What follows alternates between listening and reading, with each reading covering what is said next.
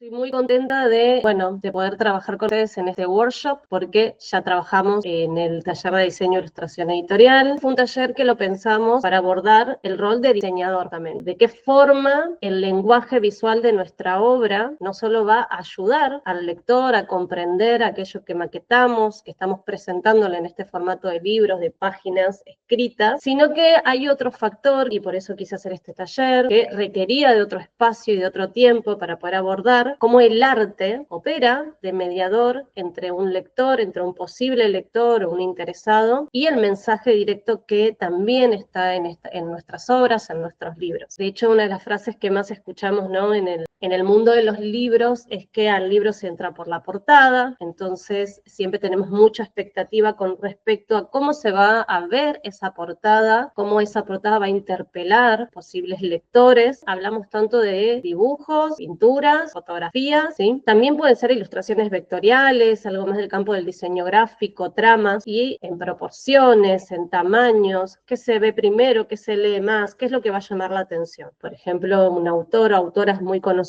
es importante que el nombre sea de las cosas que más se destaquen en la portada, porque ese posible lector ideal, por supuesto que si ya conoce al autor va a ser un posible comprador, que nos va a interesar una obra de un autor que ya conocemos, pero también esta posibilidad de que reconozcamos cierta temática del libro a partir de esa ilustración elegida en la portada. Y creo que ahí aparecen las cuestiones que más nos paralizan a la hora de ilustrar, ¿sí?, que tiene que ver con cómo conceptualizar, no caer en lugares comunes, o de qué se trata esta idea de que la portada sea o poderosa o fuerte, o que convoque colores, por ejemplo, determinados colores que contrasten, que llamen la atención, pero también podemos pensar en cómo entendemos o cómo nos relacionamos con formas, con estéticas, con conceptos o con símbolos que nos invitan directamente a ver esa obra. Primero vamos a hablar de esto. ¿Cuáles son los libros ilustrados? Por un lado, la obra ilustrada, que puede ser un cómic, por ejemplo, ser un libro de fotografías o un libro de ilustraciones. Por ejemplo, acá tengo el de Power Paola, que se llama Chicks que conozco. Inicialmente se ve en la portada como una pared con retratos. Es un libro de retratos de mujeres que conoce, con alguna frase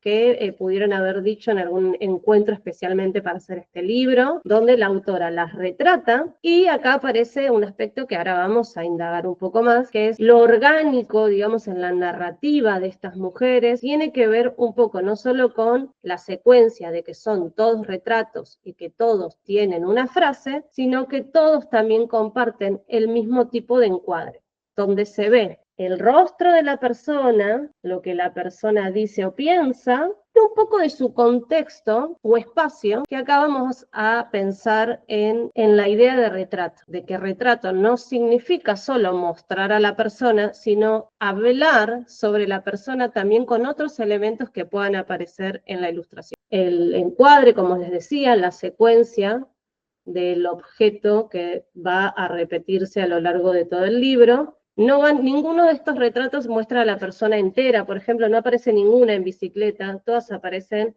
en lo que se llama plano medio, que sería hasta el pecho, pero sí aparece siempre un diálogo, una frase o una reflexión y su espacio que habla por esa persona. Libros obra, entonces, son libros que están pensados íntegramente ilustrados, entonces van a encontrar, digamos, distintas narrativas para presentarse. Después tenemos el famoso libro álbum, que tiene una complejidad mayor. Este es el libro favorito de mi hija, que es de Mariana Ruiz Johnson, se llama Yací. Este libro ilustra y al mismo tiempo reinventa o reescribe el mito popular sobre la yerba mate, ¿sí? Es un mito guaraní súper hermoso. ¿Cuál es la distinción entre un libro ilustrado tradicional y un libro álbum? Que el libro álbum lo que hace es mostrar, ilustrar mejor dicho, lo que el texto no dice. Te va a mostrar con imágenes lo que el texto no dice en palabras. Por ejemplo, este empieza además directamente sin texto, entonces acá el libro no dice, bueno, ya sí, obviamente tiene su dedicatoria, tiene elementos ornamentales, ahora vamos a ver también ese tipo de ilustración, pero en la primera página no dice, una luna grande brillaba en el cielo, en el medio del bosque o de la selva misionera. No dice nada de eso, simplemente aparece la imagen. Vamos a avanzar. Después no dice, la luna abrió sus ojos y un huevo salió de ella. Lo representa. Esa es la característica principal del libro álbum. Y cuando aparece el texto, que recién aparece aquí, de la luna sale un huevo, del huevo nace una niña, y esa niña solo dice, mi nombre es Yací, nada más. Entonces, ¿qué trabajo importante tenemos cuando ilustramos un libro álbum? Que hay un trabajo con el autor o la autora para interpretar aquello que no está en el texto, pero que sí tenemos que narrar para entender la historia. El contexto, cómo es ese personaje. ¿Qué sería lo distinto cuando hablamos de, había una vez una princesa de rubia, de ojos claros, que vivía en tal lugar? Estamos dando un montón de información desde el texto, que obviamente, y esta es la diferencia entre libros ilustrados, cuando vamos a ilustrar, necesitamos de esa información y usamos esa información para graficar lo que el texto dice. Entonces, si el texto dice que la princesa era rubia con un vestido violeta, en la ilustración no vamos a poner una princesa morocho con vestido azul, porque ahí habría una inconcordancia de relato. ¿Sí? Nosotros vamos a buscar la referencia en la imagen, también nos va a pasar eso. Pero en el caso del libro álbum, el texto no va a hablar sobre esos aspectos, entonces no vamos a esperar que el texto nos diga algo de la imagen, sino que la imagen va a hablar por sí sola. Bueno, esa es la idea del libro álbum. Yo recomiendo también, como ilustradora, que nunca nos mandemos a elaborar ninguna ilustración de lleno sin antes comentar nuestras intenciones o mostrar un boceto o una idea y de cómo llegamos a tomar decisiones sobre eso que queremos hacer. Porque tal vez yo estoy leyendo este libro y digo, ay, este libro, qué lindo que sería que ocurriese en un espacio tal vez más futurista, que pueda ser la selva, pero con un tinte más futurista y nada, como que es una historia del futuro, a lo que en realidad es una leyenda del pasado, y puede que el editor estén buenísimos los dibujos y que yo me haya cebado un día súper creativa y los hice todo de una, sin consultar, y que cuando los tenga te digan, qué lástima que trabajaste de más, porque no, la idea es que sea tradicional, la idea es que el texto y que la ilustración sea tradicional, está buenísimo lo que planteás, pero no es para este libro. Así que bueno, siempre también a la hora de tener algún tipo de idea, poder trabajar en equipo, comentarla, y a veces ahí también el trabajo del artista es que lo que conceptualizamos, lo que pensamos como ideal, si es un trabajo en equipo, no siempre va a ser aceptado, y bueno, de qué forma, ¿no? Ahí vamos articulando entre a veces lo que también requiere un diseño o un editor o editora, y que esas son, me parece, las dos tensiones que a veces tiene el mundo del arte cuando se trabaja en equipo. Porque en realidad es eso, no es que se pierde nada, tal vez como artistas independientes tenemos una idea, una visión y ganas de proyectar algo con determinado fin de comunicar o de expresar, pero en un trabajo en equipo, dos personas no van a coincidir con esa idea independiente que uno tiene, sino que van a producir otra. Entonces a veces hay que soltar un poco aquello que son nuestras intenciones de hacer por algún lado, como de eso que nos proponen, algo muy personal, con algo que igual nos puede trascender. Bueno, y con eso les quiero mostrar este aspecto que vamos a ver hoy del libro ilustrado, que diferencia al libro álbum y a la obra, digamos, o libro al libro obra, que son ilustraciones que se van a desprender de los textos, que van a estar nombradas o citadas o expresadas en nuestros textos, y que nosotros justamente vamos a en un trabajo de lectura de nuestros originales, traer y a plasmar. Acá les voy a mostrar este proyecto, una caperucita llamada Libertad, es un libro que publiqué en Chirimbote con Paula Alfieri. Ella es dramaturga, escribió una obra para niños donde hace una reescritura del cuento clásico de Caperucita Roja. Ella vino hace unos años proponerme hacer un librito para compartir durante esa obra o vender durante o después de la presentación de la obra para niños, para infancias. Entonces ahí empezamos un trabajo primero de edición, porque este libro en particular tenía algunas limitaciones en cuanto a los recursos económicos para su producción. ella me dice, yo quiero hacer un libro para infancias, pero pedí presupuestos en la imprenta para libros a color y se va de presupuesto. Me dice, están como, y esto pasa, sigue pasando hoy, muy costoso imprimir a color. Me dice, y al mismo tiempo quiero que sea dentro de todo económico, porque me gustaría ofrecerlo y que se lo puedan llevar a la salida de la obra de teatro, ¿sí? Su intención también, por ser una obra que trabajaba ESI, es que eso se pueda reproducir todo lo más que se pueda. Y me dice, por otro lado, me dice, quiero que sea ilustrado, me dice, pero bueno, no sé, me dice, no sé cómo podríamos. Que empezamos a trabajar, por un lado, que si el texto tenía que ser en blanco y negro, las ilustraciones, por supuesto, iban a ser en blanco y negro, porque es el costo más económico, pero pensando en libros infantiles, dijimos, qué macana, porque las infancias le dan mucho valor al color. Entonces pensamos recursos, como por ejemplo, que el libro podría tener esta posibilidad de que sea un libro para colorear. Entonces, el ejemplar podría venir con una cajita de crayones, que es algo súper económico, y que el color se lo den los niños y los invitamos a participar de algo. Y después también la posibilidad de que en este blanco y negro tengamos espacios de juego, algo más lúdico, ¿no? Que los niños puedan completar ilustraciones según la propuesta. Eso con respecto a la edición. Con respecto a las imágenes, este libro lo que hace es ilustrar personajes y escenas. Acá tenemos una abuelita y escenas, por ejemplo, cuando te habla del bosque, hay una escena del bosque, cuando te habla de que se va a meter al agua, se desnuda, bueno, una escena representando eso. Con esto, ¿qué quiero decir? Que los libros ilustrados van a tomar referencias directamente del texto para graficarse. ¿Qué tenemos que tener en cuenta acá con las ilustraciones o libros ilustrados? Que las ilustraciones que nosotros podemos utilizar para complementar estas obras pueden ser conceptuales, que en general suelen aparecer en lo que serían las portadas. El concepto es una síntesis de ideas abstractas. Esto obviamente a partir de la lectura de nuestro libro, un trabajo que requiere al mismo tiempo de un conocimiento de los símbolos, de representaciones para lo conceptual. Entonces, ideas que de repente son libertad, si vamos a ir a lugares comunes, podemos pensar en la Estatua de la Libertad, la paloma, el símbolo de la paz. Ahora, la intención también con el hecho de ilustrar una portada o hacer una obra, no es que agarremos elementos, digamos, que podamos relacionar de manera simple o sencilla, ¿no? Como podemos llamar estos lugares más comunes, y que bueno, y que eso ya funcione como una tapa conceptual. Porque la idea justamente es poder repensar esos símbolos y también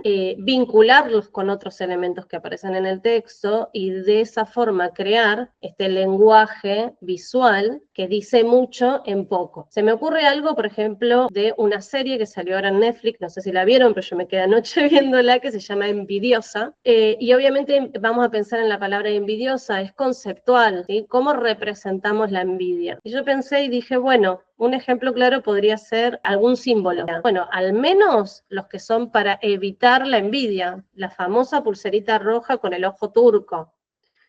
Dije, podría ser, si yo pensara en la portada para esa serie de Netflix ilustrada, podría ser esa pulserita, pero necesito más elementos que hablen concretamente de esa serie, o de ese libro, o de ese texto, y no solo del concepto de envidiosa o el título, que claramente me lleva ya a una idea de lo que se va a tratar la serie, el libro, el cuento. Entonces esta serie en particular es una persona que al mismo tiempo tiene como aspiraciones y se siente disminuida por no llegar a cumplir con ciertos mandatos que están muy ligados al éxito, por ejemplo. Entonces esta es una persona que no usaría una pulserita contra la envidia roja, porque, bueno, por eso es importante leer los libros o ver la obra que vamos a retratar, porque le parecería una grasada, porque es porque termina siendo como una pavada para esta persona o una pulsera así nomás. Entonces dije, si yo representase ese concepto y además tuviese que hablar sobre otros elementos que están en esa obra, que la pulserita salga de su lugar de representación tradicional, como puede ser la cintita roja con el ojo turco, y que sea algo que al mismo tiempo me cuente más sobre la persona que lo usa. Entonces no sería un ojo turco, sería un ojo turco de diamantes, una pulsera de diamantes rojos, de rubíes. Entonces ahí empezamos a crear ilustraciones conceptuales. Abordar símbolos como lenguaje visual, como lenguaje no verbal y lenguaje universal, ayuda a crear conceptos. Entonces, este tipo de ilustración conceptual que se usa mucho para portadas, ¿por qué? Porque sintetizan y dicen sobre la obra sin texto, porque leer también es un ejercicio que a veces cuesta mucho más que mirar. Yo miro una ilustración, ¿no? Por eso la portada entra, un libro entra por los ojos, o la portada te vende el libro, que si yo veo y me gusta y lo siento lindo, después voy a leer de quién es ese libro, de qué se trata, qué me dice, si tiene algún tipo de corriente que a mí me interesa, no sé, se ve vintage y a mí me gusta lo vintage, eso también es lenguaje visual y eso también es concepto y eso también son símbolos de alguna forma. No es lo mismo sentarse a trabajar en una portada referencial, como ahora vamos a ver, sino que nos va a llevar tiempo, tiempo de investigación, tiempo de que las ideas caigan, tiempo de que las asociaciones se produzcan en nuestro cerebro, no es algo que nosotros decimos del cerebro ahora relacionar el texto con imágenes de la vida cotidiana, y el cerebro hace sí, claro, como una inteligencia artificial. En algún punto sí, pero yo creo que le toma más tiempo a la vida, ¿no? Como que en este plano orgánico, esas conexiones las pedimos y llegan con el tiempo. ¿Qué tipo de ilustraciones entonces sí vamos a abordar en este workshop? Referencial, decorativa, que pueden resolverse de manera más práctica, con iguales intenciones estilísticas y de fuerza, pero más concretas, que van a hacer uso de las imágenes que ya están en el texto. Y bueno, vamos a ver estos recursos para encontrarlas también. ¿Cuáles son las imágenes decorativas de nuestros libros? A ver si acá tengo alguno que tiene imágenes decorativas. Bueno, en primer lugar, las guardas. En general en los libros tapadura, las guardas son esta hoja que conectarían como las portadas con el resto del libro, pero que en la encuadernación binder se suele usar igualmente la hoja de cortesía a modo de guarda, ¿no? Este tiene una trama que reproduce la ilustración de la portada y lo reproduce, digamos, a manera de mosaico. Eso es bastante tradicional en las guardas. Pues puede haber una guarda que puede ya mostrar una ilustración, un dibujo. Y en este caso, lo mismo. Esta es una ilustración de un caballito y una persona que cae. Estos son referenciales, pero son escenas del libro. Ahora vamos a ver. Otro tipo de guarda, o sea que esto nos lo pueden pedir para ilustrar también, y no es la portada, puede ser fotográfico, puede que aprovechemos este recurso de la guarda, ya que va a ser un papel que va a estar uniendo y va a ser lo primero que veamos, para incluir una fotografía. La guarda es hermosa, ya que incluso una fotografía. Este es un libro sobre los Quilmes, la comunidad de los Quilmes en el norte del país, entonces aprovecho ese recurso, digamos, para ilustrar con fotografías. Participé en esta revista de Caras y Caretas ilustrando con fotografías, justamente. Se me encargó una nota sobre milongas en Buenos Aires. Y tenemos la foto que se elige para la página completa, que se va a elegir también, obviamente, para representar el texto, pero también se va a elegir en función de que se luzca, ¿no?, el espacio que tiene para esa imagen. En este caso no solo es página completa, sino que es 3/4 de doble página, cual es un montón. La viñeta serían este tipo de ilustraciones que va a ocupar un lugar con el texto, no van a ocupar un espacio tan grande, no van a ser ni media página, sino que van a ser viñetas, van a acompañar e ilustrar este trabajo. Entonces, ¿qué pasa con las viñetas? Ya si sabemos que tenemos como pedido una viñeta, vamos a saber que es un espacio reducido, que va a acompañar al texto y que tiene que ser algo bien concreto o que se vea bien. Esto es lo que yo tuve en cuenta a la hora de ir a sacar fotos, de tener tanto planos generales donde se ve el espacio, la cantidad de gente, el ambiente, y también detalles, planos más reducidos, planos donde se puede ver algún aspecto como el tipo de calzado utilizado, elementos propios. Ahí trabajamos siempre, ¿no?, como la mirada, ¿no?, como elementos que narren sobre el acontecimiento, pero más en detalle, hacemos planos más chicos. Digamos, a la hora de entregar fotografías, quizás, como la fotografía reproduce de una manera mucho más económica que el dibujar, porque no es lo mismo hacer clic, encuadrar y hacer clic, que hacer un boceto, pasarlo, dibujarlo, grabarlo o pintarlo. En las fotografías tenemos un abanico de imágenes que entregamos, y entre esas imágenes pues el editor decide cuáles van para viñeta, por las características, y cuáles van para portada. Pero nosotros, si vamos a ilustrar y sabemos que va a ser utilizadas en viñetas, bueno, no vamos a pensar en mostrar una ilustración como decirte dónde está Wally con un montón de detalles en un cuadradito así de pequeño. No se va a lucir. Así que es importante saber, antes de ilustrar, qué espacio de nuestra impresión o de nuestra página va a ocupar esta ilustración. ¿Qué son las referenciales? Bueno, como referenciales podemos tener retratos, como hablamos. Vamos a ilustrar aspectos que están dados en el texto. Si en el texto es un texto de Mariana Enríquez, hay muchos libros de Mariana Enríquez que tienen fotos de ella en la portada, por ejemplo, y quisiéramos para ese texto, como sabemos que, así como dijimos de que el nombre puede aparecer gigante para que el lector se interese en ese libro porque ya conoce a la autora, también nos puede pasar que decidamos retratarla a ella en la portada. Este libro, Cat Power, que es de Cecilia Palmeiro y que está editado por Tenemos las Máquinas, si no me equivoco, todas las portadas tienen un retrato de el autor o la autora. En este caso, además, aparece un gatito con la autora que va a dar cuenta de un aspecto muy importante del texto. Claramente, en este recurso que ya tiene la editorial como secuencia de sus portadas, de representar el retrato, ya sea del autor-autora o el personaje principal, va también a presentarlo con un elemento característico del texto. Si el texto habla de gatos, y el gato es importante en el texto,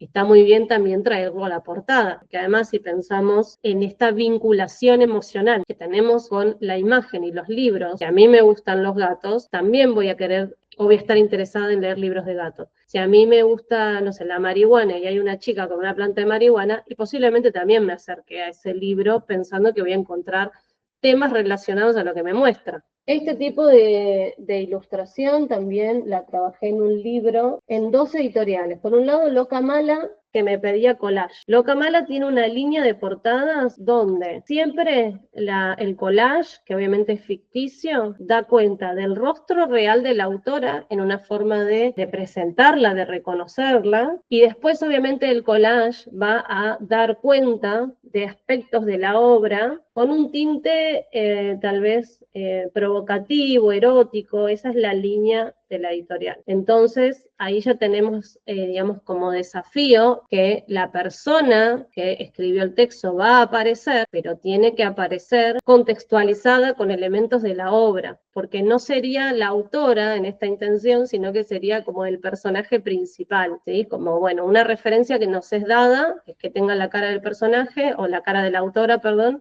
y después que aparezcan elementos que están en la novela, en este caso que se llama Jardín junto al mar, es un libro de poesías, aparecen elementos que son referenciales de la obra. Por ejemplo, el faro, entonces el faro está narrado, aparece la idea del faro en el mar, la tempestad o la tormenta, y también aspectos, y ahí hablamos, ¿no?, cuando aparecen conceptos de lo sensual. Bueno, buscar una imagen que nosotros asociemos con una pose erótica, ¿no? Muy de vedette, por ejemplo, muy de fotografía de los 80. Si, por ejemplo, yo voy a hacer una nota de Adrián Dárgelos y lo dibujo a Dárgelos y lo pongo como protagonista, es hermoso y claramente va a sumar a esa entrevista. Ahora, si no es un autor o autora tan conocido, simplemente la imagen de esa persona tal vez no nos dice mucho. Entonces ahí es donde vamos a pensar si ese retrato referencial puede dar cuenta de aspectos que va a narrar el texto. Si un perfil, por ejemplo, de un cantautor nuevo habla sobre el estilo personal que tiene para vestirse y hay algo que se destaca, bueno, tal vez en esa representación que nosotros elijamos tenga elementos que den cuenta de ese aspecto, o sea, que enriquezcan también la información visual que recibimos,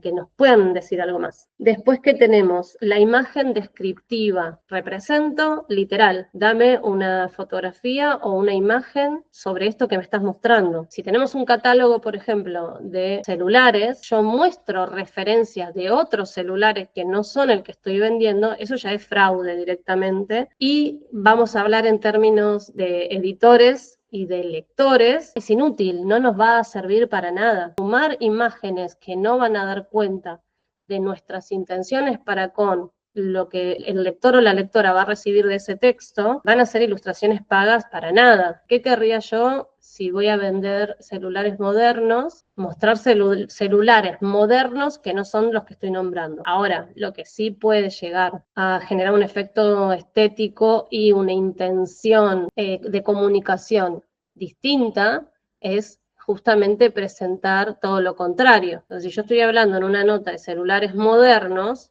en vez de ilustrar literalmente el celular más moderno que me dice ahí el libro, bueno, puedo hacer unas ilustraciones decorativas de los primeros celulares. Entonces ahí tengo una intención narrativa de hacer, por ejemplo, un contraste, ¿no? Como entre lo último que podemos llegar a recibir y lo que fue el inicio de esa tecnología. Esto con respecto entonces a las imágenes que son más descriptivas, ¿no? Que van a mostrarnos elementos que están en el texto. Este es un libro feminista de una autora que falleció, es peruana, y tiene unos textos que eran muy polémicos para esa época, como hablar de la sexualidad femenina, del deseo de la mujer por fuera del matrimonio, del sentido del matrimonio. Entonces, hay una referencia directa a mostrar a ella, pero también de que este libro interese a los feminismos e interese al público lector en general.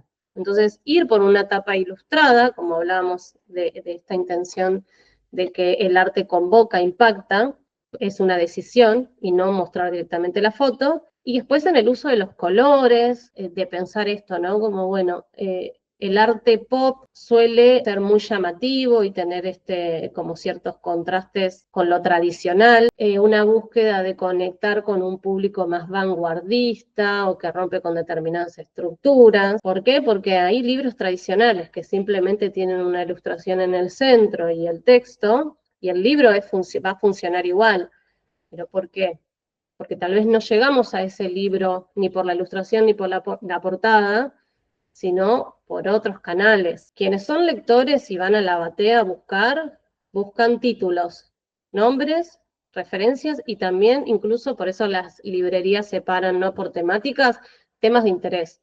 Entonces realmente creo que como lectores cuando vamos a las librerías no estamos buscando los libros por su portada. Ahí es donde entra el juego de como la ley de góndolas, donde en realidad yo entro a una librería a buscar algo bien concreto o de mi interés, autores que a mí me gustan o temáticas que a mí me gustan, y puede que algo que me impacte visualmente, que me genere una impresión visual, me lleve a indagar sobre otros temas o otros intereses que yo no fui a buscar a la librería o yo no estaba interesada inicialmente en encontrar en una feria o en una biblioteca amiga. Eso también son como cuestiones a pensar. Bueno, ¿qué vamos a ver ahora entonces con respecto a las referenciales? Que teníamos estas tres posibilidades de representar. Cuando leemos un libro, sea de narrativa, sea de lo que sea, puede ser de sociología, incluso unas recetas, vamos a apelar de alguna forma, porque esto nos pasa cuando leemos, a las imágenes interiores. ¿Qué son las imágenes interiores? La imaginación gráfica de lo que estamos leyendo. No siempre lo hacemos consciente, así que este es el primer ejercicio que a mí me divierte mucho porque cuando pensás a partir de una lectura y podés darte cuenta de que estás viendo una imagen como muy loco, yo creo que la imagen más directa que me hice fue cuando leí Harry Potter, porque si bien yo empecé leyendo, como decirles, poesía porque era muy chica y era un libro que me había llegado, un libro también de Elsa Bornemann, El niño envuelto. Obviamente en esos momentos yo no era consciente, estaba creando una película en mi cabeza, ¿no? Como esa es la magia de los libros también, del texto y la palabra. Crean imágenes dentro nuestro, que a veces si no somos conscientes en el momento pueden aparecer en sueños también, ¿no? Pero están. Cuando leí Harry Potter, el texto,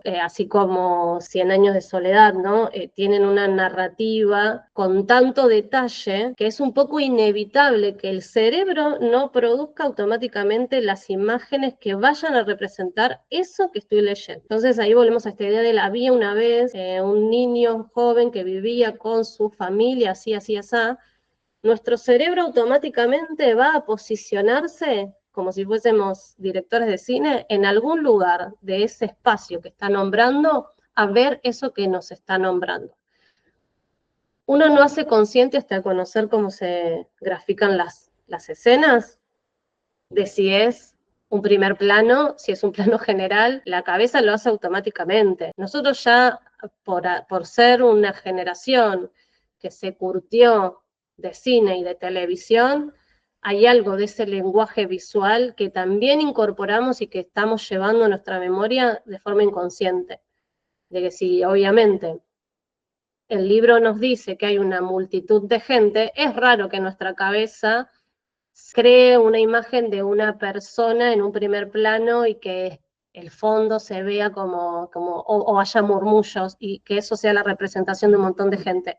Muy posiblemente la cabeza lo que haga es o verlo desde arriba, no como un omnipresente, y ver un montón de gente, o ver de frente como una cosa toda de tumulto, que obviamente, igual acá esto es lo rico y lo interesante, de que todos somos personas individuales y por eso las representaciones van a ser tan diversas, que también va a tener que ver con nuestras experiencias. Si nosotros en algún momento nos vimos en una multitud perdidos, por ejemplo, no sé, en una avalancha, en una cancha de fútbol, lo primero que tal vez nuestra cabeza vaya a intentar representar de esa multitud de gente que narra el libro, es vista desde un espacio en el que ya nos reconocimos, que representa de alguna forma para nosotros de una manera muy sintética la cantidad de gente. Ahí sí tal vez podemos pensar en de verlo por ejemplo, desde el punto de vista de un niño chiquito sentado en una grada con todo tapado. Así que, pero eso es lo rico y lo interesante de que nosotros empecemos a ver nuestras propias experiencias materializadas como imágenes a partir de lo que leemos. Y no ir a esto que yo les comentaba como del lugar común, de pensar en que tenemos que representar algo por la idea de ese algo y mostrarlo, porque ahí es cuando no vemos nada, pero desde la manera como más personal a veces es mucho más efectivo. Con respecto entonces a las escenas, básicamente es un recorte de una acción que ocurre en un espacio y en un tiempo dado, que se ve desde un punto de vista. Esos puntos de vista los podemos pensar a la hora de llevarlo al papel como perspectivas. Entonces, una escena es un acontecimiento que está narrado, por ejemplo, en un texto, donde nos dice que estamos en tal lugar, viendo tal cosa, con tales condiciones. Y ahí obviamente que nosotros, según lo que estemos leyendo, podemos pensar en que estamos viendo un detalle de la escena o un aspecto más amplio. Vamos a pensar en una cámara tradicional, como la que yo tengo ahora y me está mostrando a mí. Un primer plano, una imagen que presenta en la cámara frontal un rostro hasta la altura de los hombros. Esto sería un primer plano. Ahora, el texto va a decir primer plano de, si es un texto de cine, por supuesto sí, por eso es que después hacemos los storyboards, pero en el libro no. En el libro, en todo caso, lo que podría decir es, me acuerdo este inicio de Platero y yo, ¿no? Platero es peludo, pequeño, suave, tan blando por fuera que se diría todo de algodón, que no lleva huesos. Solo los espejos de azabache de sus ojos son duros cual dos escarabajos de cristal negro. Vamos a tomar esa escena. En la escena no nos dice dónde está el personaje, da una descripción de rasgos de un personaje, y algunos rasgos están nombrados en el texto y otros no. Por ejemplo, Platero es peludo, bueno, tenemos la representación de este Platero que cuando leemos el texto completo ya sabemos que es un burro. Al inicio, si solo vamos a hacer una ilustración con leer 5 palabras, vamos a poder errarle mucho. Tal vez el texto busca que al principio pensemos que es una cosa y al final es otra, y después podemos pensar si esa intención del cuento de engañarte para que pienses que es otra cosa, también la podemos representar en la ilustración, pero no representando lo que no es, ¿sí? Entonces, Platero es pequeño, bueno, como pequeño podemos representar algo en relación a otra cosa. Es peludo, bueno, lo peludo lo podemos representar haciendo una ilustración donde esté su pelo. Tan blando por fuera que sería todo de algodón. Tenemos una imagen ahí metafórica, o sea, ya nos da una metáfora la narrativa. O sea, que es suave, y para representar suave como concepto abstracto, dice es todo de algodón. O sea que yo podría ilustrar, tal vez en una ilustración más infantil, un burrito que sea como una nube, como un pompón de algodón, o que aparezcan las plantas de algodón si quisiera, bueno, habría más rebuscado. Dice que no lleva huesos, solo los espejos de azabache de sus ojos son duros cual dos escarabajos de cristal negro. Y me dice, tiene ojos negros grandes, redondos, duros. Entonces, ¿qué hacemos cuando pensamos en escenas? Y bueno, podemos pensar varias escenas. Podemos pensar una donde tenemos un plano principal, un plano general, ahora les voy a mostrar, donde ya la persona se ve entera o el objeto. Entonces, para representar esto que decíamos pequeño, yo podría tener alguna referencia que me muestre si es, no sé, un paisaje, una casa, un algo en un plano general, que Platero es pequeño en relación a quién, a otro niño, a otro animal, a una casa, a una flor, a una planta, a una botella. ¿Qué elementos voy a elegir para dar esa composición? Tienen que estar en el texto. Pero bueno, ahora estamos hablando un poco de escenas. En plano detalle, como su nombre lo indica, un recorte, acá tenemos un ejemplo, ¿no? Si esto fuese Platero, de lo que podría ser un plano detalle de los ojos. Ahora, lo importante para las referencias, y es lo que yo les quiero compartir con respecto a esto, que aquello que nosotros veamos en nuestra cabeza con respecto al texto, si lo queremos plasmar directamente como de la imaginación, a veces es muy difícil. ¿Por qué? Porque no siempre tenemos los conocimientos sobre figura humana, sobre figura animal, sobre perspectiva, para dar cuenta de si está lejos, si está cerca, si está visto desde arriba, desde dónde observo, quién observa y por qué lo muestro desde ese punto de vista, con qué intenciones. Esto para las representaciones de las escenas. Si quiero ilustrar un animal, es mucho más evidente que el animal se reconozca por su forma de perfil que de frente tal vez al no poder identificar bien la forma del hocico o la forma que tiene su cuerpo, puede dar a entender que es otro animal. En cambio de perfil, si es un chancho, si es un carnero, si es un toro, si es una figura humana y si tiene un arco y flecha, se hacen mucho más evidentes. Acá también vamos a incluir una intención, de alguna forma, no simbólica, sino generar una sensación. Con respecto a las escenas,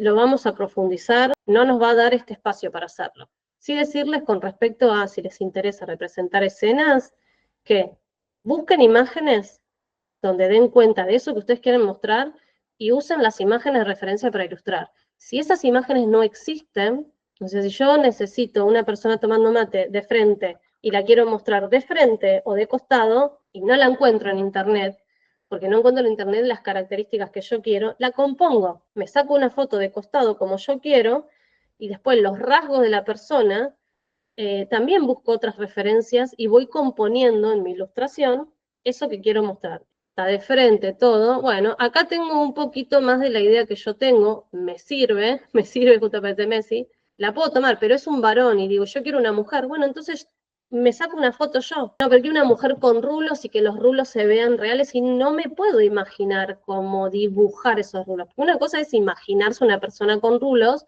y otra cosa es imaginar cómo yo represento gráficamente esos rulos o ese trazo. Entonces, ¿qué hago? Busco, si tengo una persona con rulos, mejor, que pueda, digamos, yo tener una referencia visual para después plasmar. Lo mismo con las escenas, porque obviamente que trabajar la ilustración de perspectiva es una técnica que se desarrolla con muchos años de práctica y de ejercicio. Para hacerla así a ojo, ¿ok? Quienes están, ya son ilustradores profesionales, ya lo trabajaron, ya lo rindieron, ya se los corrigieron tantas veces que seguramente lo hacen de taquito.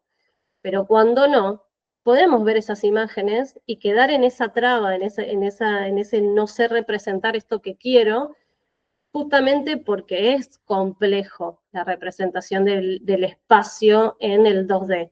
Pero con referencias directas lo podemos hacer.